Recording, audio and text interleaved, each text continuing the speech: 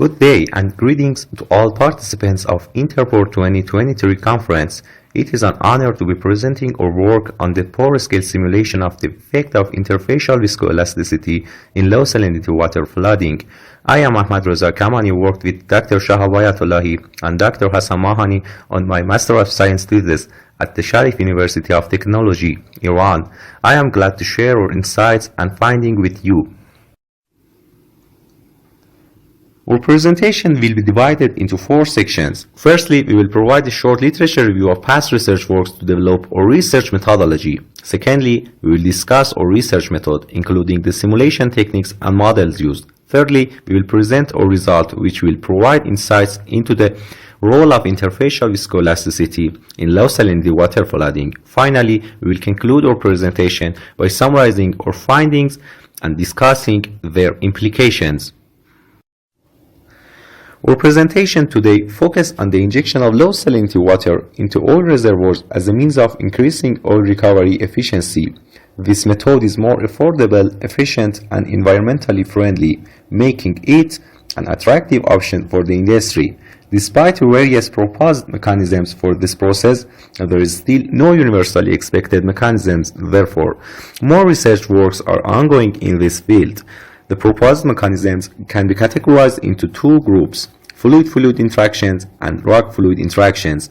Through our presentation, we will explore these mechanisms and their implications for the industry.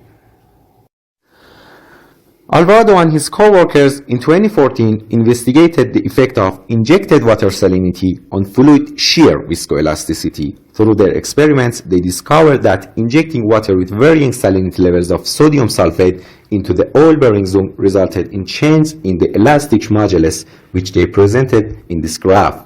They found that lower water salinity leads to a more elastic water-oil interface, but it's important to note that excessive reduction in salinity has the opposite effect and reduces interfacial elasticity. Based on the research, they found that there is an extreme value for salinity at which maximum elasticity is observed, which is equal to 1% salinity. During their study, they investigated the effects of injecting water with different salinities on the snap-off phenomenon. The experiments were conducted using microfluidic devices, and the results showed that the droplet size and neck stretching are influenced by the water salinity. The study also suggested that viscoelasticity of the oil interface may decrease the snap-off rate, which is one of the key mechanisms of oil entrapment. Dr. Firuzabadi and colleagues studied the mechanism of low salinity water injection, considering the effect of interfacial viscoelasticity. They found that reservoir fluid contains macromolecules such as asphaltene and resin that are attracted to the fluid's interface by electrostatic forces. Injecting low salinity water increases the electrostatic forces, attracting more polar particles to the interface, resulting in a more elastic interface and increased continuity of the oil phase, leading to more oil recovery. This study modeled the effect of interfacial viscoelasticity on water-oil movement at the Pore-scale using computational fluid dynamics simulation. This method has advantages over laboratory tests as it allows for more flexibility in modeling different cases and conducting sensitivity analysis. OpenFOAM software was used as a computational fluid dynamic simulation tool to fulfill the goals of this research work. In this study, we employed the volume of fluid and finite volume method and continuum surface force methods to simulate the behavior of a complex interface created by the deposition of asphaltenes in oil on the water-oil interface. The interface exhibits a viscoelastic response to deformation and cannot be described solely by isotropic interfacial tension or IFT. To describe the additional stresses on the interface, specific structural models and changes to the boundary condition of the stresses on the interface were used. In this study, interfacial elastic and interfacial viscous terms are described using a Kelvin-Voigt interfacial model. In the Kelvin method, the stress term is described by two terms of shear and dilatational viscosity, as well as two terms of shear and dilatational elasticity, which have been added to Navier-Stokes equation. Two geometries were used in this study to simulate different phenomena. The first geometry aimed for validation and is based on Alvarado's work. It is a partial simulation of the droplet breakup phenomena. Oil is injected from the right side while water is injected from the top and bottom to cut off the oil. The second geometry is designed to simulate the snap-off phenomena and includes one pore and two throats with water injection from the left side. The study examines the effects of shear and dilatational properties of the interface. Two abnormal cases where the interface is completely inelastic and very elastic are also examined. The differences between the effects of high salinity and low salinity water injection are found to be insignificant. In this study, it was found that the shear elasticity of the interface causes the oil droplet to move forward, and in elastic state, the velocity of the oil droplet increases at the top and bottom compared to the inelastic state. As the droplet moves further, its shape changes and eventually separates.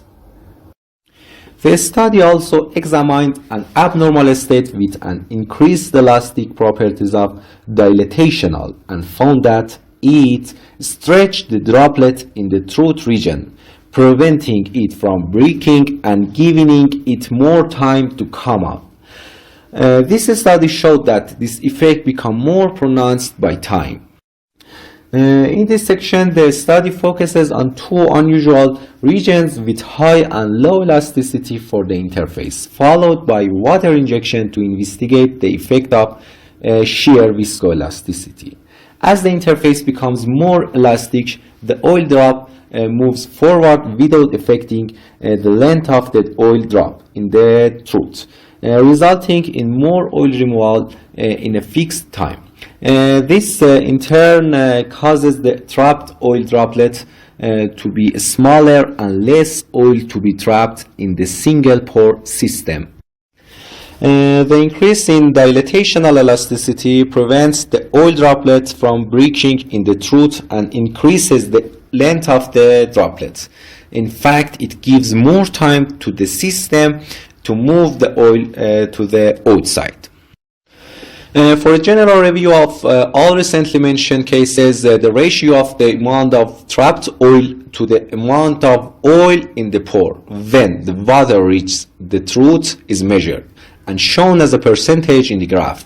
The percentage is equal to 73 for the non-elastic case, 66.5, 60.6, and 49.1 for the high salinity water, low salinity water, and very elastic case in the shear case respectively, and 64.8, 58.4, and 27.8 for the high salinity water, low salinity water, and very elastic water in dilatational cases respectively.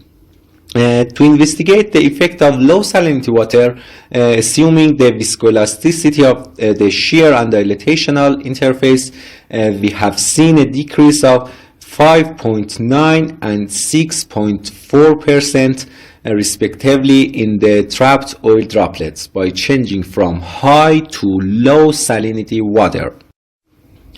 So the shape of interfaces was closely monitored in this modeling study, which showed that by considering the dilatational elasticity, the curvature of the oil-water interface increases. That prevents the trapping of the oil phase. Introducing the normal forces on the oil-water interface result in the continuity of the oil phase for a longer period of time. Quantitative results showed that the time required for water to neck the oil phase was increased by 1.31 in the modeling of single pore system by increasing the dilatational elasticity in low salinity water case. In this study, we investigated the effect of reducing the through radius on the average viscous and elastic forces in each block of interface for aspect ratios of 1, which has no angular corner, 2, 3, and 4. Results showed that the viscous force dominated regardless of the angular corner, and the sharp corner was necessary to reveal the elastic effects of the interface. The minimum distance between the shear force curves occurred at aspect ratios 2, and for the rotational force the critical point was observed at aspect ratios of 3. Overall, reducing the through radius led to a decrease and a subsequent increase in the distance between the two curves for both shear and rotational force. So in the end, we have reached two very important results, which include these two items. The first is the decreased relative permeability of water and increase in the relative permeability of oil as a result of shear elastic forces. And second is maintaining the continuity of the oil phase for longer period of time as a result of elastic dilatational forces. During our conference, I would like to draw your attention another remarkable work from our group presented by Ali Ahmadi. The presentation titled the Pore-scale simulation of the interdependency between corner flow, roughness, and time effect on the efficiency of low salinity water flooding in a mixed wet system. The findings of this study are worth exploring and could potentially have a significant impact on the field. And at the end, I remain most grateful for the attention with which you sat through this presentation. Thank you very much.